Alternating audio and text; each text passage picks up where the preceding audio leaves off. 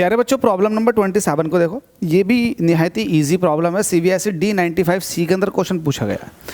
Question आपसे कह रहा है रेडिएशन ऑफ फ्रीक्वेंसी 10⁻15 हर्ट्ज, मतलब एक फ्रीक्वेंसी दे रखी है इंसिडेंट रेडिएशन की। आपसे कह रहा है is incident on a 3 photo sensitive surface A, B और C पर ये गिराई गई। तो आपके पास 3 फोटो सेंसिटिव सरफेस हैं A, B और C। ये A है, ये B है और ये C है। अच्छा, ये तीनों पर ही गिराई गई है। ये मान लेते हैं कि फ्रीक्वेंसी इसकी न्यू है, जिसकी वैल्यू 10⁻15 हर्ट्ज है। आगे बोल रहा है कि जो सरफेस A है, नो फोटो इलेक्ट्रिक एमिशन अकर, इससे किसी भी तरीके का कोई फोटो इलेक्ट्रिक एमिशन अकर नहीं हो रहा। अगर इससे कोई फोटो इलेक्ट्रिक एमिशन नहीं हो रहा है तो आप क्लियर समझ जाओ कि ये जो फ्रीक्वेंसी है ये थ्रेशोल्ड फ्रीक्वेंसी से भी कम है। किससे कम है? थ्रेशोल्ड फ्रीक्वेंसी से। क्योंकि आपको पता है कि अगर थ्रेशोल्ड फ्रीक्वेंसी से कम फ्रीक्वेंसी अगर आप किसी मेटल सरफेस पर गिराते हो तो किसी भी तरीके का फोटो इलेक्ट्रिक एमिशन नहीं होता, कोई भी फोटो इलेक्ट्रॉन्स नहीं निकलता।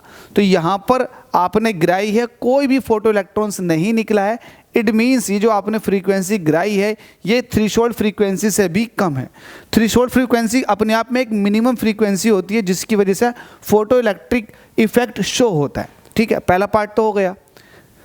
दूसरे वाले पार्ट को देखो। सरफेस B ये बता रहा है कि फोटो इलेक्ट्रिक फोटो एमिशन अकर, देखो फोटो एमिशंस हो रहा है but the photo electrons have zero kinetic energy. मतलब क्या हुआ? मेटल B के लिए जब आपने इस फ्रीक्वेंसी को गिराया तो जो इलेक्ट्रॉन्स थे वो मेटल के सरफेस तक आ गए, लेकिन ये मेटल के सरफेस को छोड़कर नहीं गए। पता है ऐसा क्यों?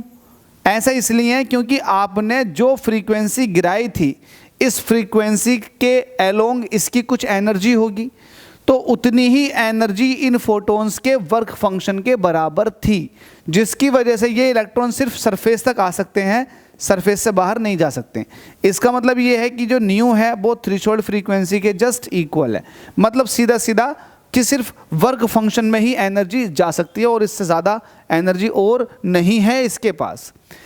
अब सरफेस C जो है वो फोटो एमिशन शो कर रहा है और साथ में फोटो इलेक्ट्रॉन्स के पास काइनेटिक एनर्जी भी शो करवा रहा है। तो इसका मतलब ये है कि जो इलेक्ट्रॉन्स सरफेस पर आए हैं वो बाहर को भी निकल कर चले जाएंगे। तो उस केस के लिए यहाँ पर जो फ्रीक्वेंसी है ये बहुत ज़्यादा हो गई थ्रेशोल्ड फ्रीक्वेंसी के। अब इसकी थ्रेशोल्ड फ्रीक्वेंसी कुछ और है, इसकी थ्रेशोल्ड फ्रीक्वेंसी कुछ और है और इसकी थ्रेशोल्ड फ्रीक्वेंसी कुछ और है। तो आप यहाँ पर ऐसे भी कह सकते हैं A note frequency note A, frequency note B, ऐसे ही नोट C। तो आपको पता है ना, थ्रेशोल्ड फ्रीक्वेंसी ही होती है जो वर्क फंक्शन और फोटो इलेक्ट्रिक इफेक्ट को शो करवाती है। अगर आपने मिनिमम फ्रीक्वेंसी से कम फ्रीक्वेंसी डाली तो किसी तरह कोई फोटो इलेक्ट्रिक इफेक्ट शो नहीं होगा। अगर आपने इक्वल फ्रीक्वेंसी डाली है थ्रेशोल्ड फ्रीक्वेंसी के बराबर तो इलेक्ट्रॉन्स मेटल सरफेस तक आ जाएंगे, लेकिन कोई काइनेटिक एनर्जी नहीं होगी। अगर आपने थ्रेशोल्ड फ्रीक्वेंसी से ज़्यादा फ्रीक्वेंसी के फोटोन डलवाए हैं तो काइनेटिक एनर्जी के साथ इलेक्ट्रॉन निकल जाएंगे। होप सो ये क्वेश्चन समझ में आ गया होगा। इन्हीं का जस्टिफिकेशन पूछ रहा था।